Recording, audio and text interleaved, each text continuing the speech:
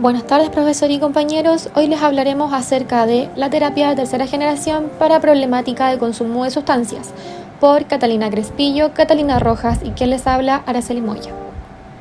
Hayes comenta que la tercera ola de la terapia conductual y cognitiva se muestra particularmente sensible al contexto y a las funciones del evento psicológico, y no tanto a su forma. De este modo tiende a enfatizar el papel de las estrategias de cambio contextual y experiencial. Mediante los principios de aceptación, explica el abandono de la búsqueda permanente del bienestar como la evitación experiencial y, por lo tanto, la aceptación de los síntomas y del malestar como una experiencia vital normal. También la activación. Esta explica que si la atención y recursos de la persona ya no se dirigen hacia la evitación del síntoma, es posible promover un cambio conductual. En este tipo de terapias, la eficacia no se mide por la cantidad de síntomas eliminados, sino que se mide por los logros personales del paciente a partir de la clarificación de valores. Utilizaremos este modelo ya que nos proporciona herramientas realmente útiles para el abordaje de casos de pacientes difíciles, que son resistentes al tratamiento convencional a partir de una guía de actuación flexible, la cual nos permite la adaptación al caso que se presentará a continuación, mediante la terapia de aceptación y de compromiso. Esta es una forma de psicoterapia experiencial, conductual, cognitiva, basada en la teoría de los marcos relacionales, la teoría del lenguaje y de la cognición humana, que considera las cogniciones como conductas a las mismas leyes que cualquier otro comportamiento. Esta surge como un desarrollo del conductismo radical. Busca que en vez de luchar contra las emociones, los pensamientos, recuerdos, emociones y las sensaciones aversivas, se promueve su aceptación, de tal forma que uno esté dispuesto a sentir todo aquello que venga al momento, ya que son consideradas reacciones y comportamientos que dependen del contexto actual e histórico y que son normales. El paciente es un varón de 21 años que acude a terapia por iniciativa propia, afirmando que desea abandonar el consumo de diversas sustancias que le están provocando distintos problemas, siendo el más significativo de ellos la apatía y la pérdida de memoria. Soltero y sin hijos, mantenía una relación con una chica de su edad, pero ésta la abandonó por el consumo de sustancias. Procede de una familia de nivel socioeconómico medio, reside con sus padres y su otro hermano menor. Refiere estar satisfecho con la convivencia familiar. Resulta de interés destacar que el paciente estuvo en tratamiento psiquiátrico hasta los 12 años porque fue diagnosticado de trastorno de hiperactividad y le administraron medicación que, según el paciente, le dejaba obnubilado y somnoliento. El paciente se inició en el consumo de sustancias a los 13 años cuando comienza a ingerir alcohol los fines de semana y terminó abandonando los estudios a los 15 años sin culminar la educación obligatoria, por lo que carecía de información básica en el momento de acudir a la consulta por primera vez.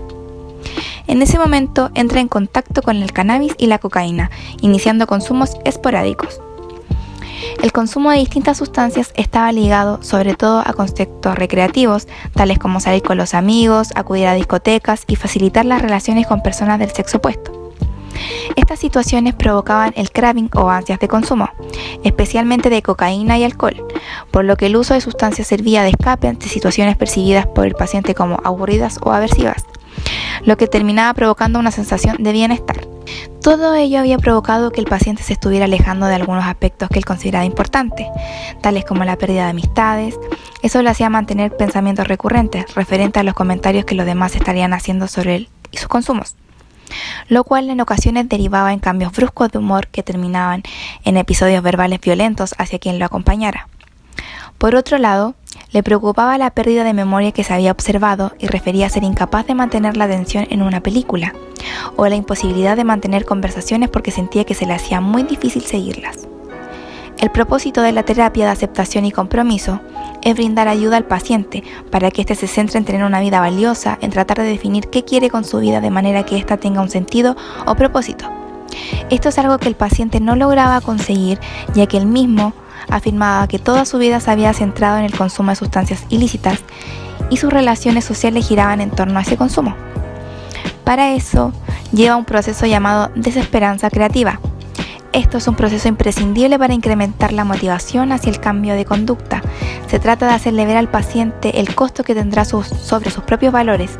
Para esto, el paciente debe llegar al insight para así conocer que el camino recorrido hasta ese momento no lo conduce a la solución, sino que es parte interno del problema, por lo que debe considerar otras alternativas para poder orientar al paciente hacia sus propios valores. Se le pide que indique qué terrenos le son valiosos, la familia, las relaciones íntimas, su crecimiento personal, etc. lo que para él encuentre que sea valioso y tiene que ver qué dirección y camino cree que serían los correctos para poder conseguir aquello. Con este procedimiento también se pretende demostrar al paciente que sus intentos de control son el propio problema, por lo que se le brinda apoyo para que se dé cuenta por sí mismo y pueda aceptar el problema, ya que la aceptación es quizá la estrategia más útil contra la evitación experiencia. Esta aceptación conlleva el acogimiento de los eventos internos, ya sea los pensamientos negativos sobre sí mismo, ansias por consumir sustancias, malestares internos, etc., sin intentar cambiar su frecuencia o forma. Esto solo conlleva que el paciente acepte y se dé cuenta de las acciones cometidas. El proceso de defunción cognitiva incrementa la probabilidad de aceptación, pues cambia la consideración de los eventos internos y a su vez la aceptación ayuda a desvincularse de ellos. En pocas palabras, consiste en debilitar el control que el pensamiento ejerce sobre nuestra conducta, de manera que aunque éste siga nuestra mente, no continúe siendo una barrera para la acción. Para ello, se recomendó al paciente utilizar ejercicios tales como el etiquetado de pensamiento, que consiste en adjetivar la clase de pensamientos y darle la bienvenida. Por ejemplo, buenos días pensamientos absurdos, o bienvenidas preocupaciones innecesarias, o ponerle la voz a la mente como la radio siempre encendida. Y ya terminando con la sesión, el paciente se le implica definir metas en las áreas definidas con aceptación, y a pesar de los obstáculos que puedan aparecer en ese camino, se le pide al paciente que se comprometa con el cambio de su conducta, no a través de instrucciones directas, sino que se establezcan metas seguidas por sus valores y se involucren acciones afectivas para alcanzarlas. Las terapias de tercera generación nos ofrecen herramientas dirigidas a aceptar lo que no se puede cambiar y cambiar lo susceptible al cambio. Se centran y varían según el contexto y en función de los pensamientos, sensaciones y emociones. Elementos como la aceptación, donde se pretende abandonar la búsqueda constante del bienestar y por el contrario se aceptan los síntomas del malestar como experiencia vital normal. La conciencia plena, la desactivación cognitiva, la dialéctica, los valores, la espiritualidad y las relaciones. De este modo se convierte en una alternativa más humana y de aceptación consigo y el entorno, siendo menos invasivas y moldeables según las necesidades de cada persona, pues no se trata de un cambio revolucionario ni radical como la terapia de conducta. Sin embargo, este tipo de terapia no se centra en la eliminación, cambio o alteración de los eventos privados. Por estas razones, las mejoras se verían a largo plazo, ya que es un trabajo que requiere tiempo y dedicación. Por otra parte, la terapia cognitivo-conductual puede ayudar a cambiar la forma de pensar cognitivo y de actuar conductual. Se centra en problemas y dificultades del aquí y ahora, donde las personas suelen crear un círculo vicioso entre pensamientos, acciones y sentimientos. Este tipo de terapia puede ayudar a romper dicho círculo cuando se ven las partes de la secuencia con claridad. Puede cambiarla y de paso la manera en que se siente el individuo. Este tiene como objeto que el paciente llegue a un punto donde pueda hacerlo por sí mismo y elabore técnicas que le permitan afrontar dichos problemas, reforzando su pensamiento autocrítico, identificando qué le provoca tristeza o sensaciones desagradables y reemplazarlo con algún positivo.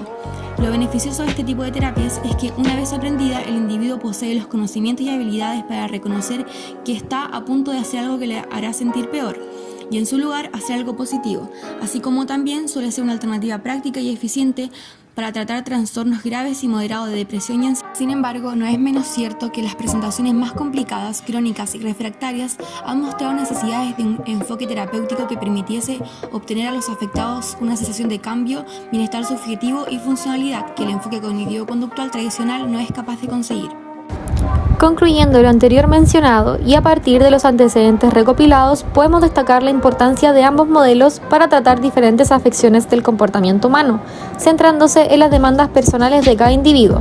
En esta investigación particularmente destacamos la relevancia de las terapias de tercera generación como una alternativa positiva para tratar los problemas de conducta, basándose en la aceptación, generando en las personas un mayor bienestar emocional consigo mismo y con el entorno, ya que nos presenta una propuesta diferente a las terapias clásicas, poniendo al sujeto en un estado de calma sin luchar contra las conductas, sensaciones y o pensamientos que le resultan dañinos, porque de ser así estaría luchando contra sí mismo, sin comprender nada, quedando inmerso en un círculo vicioso de contradicciones personales.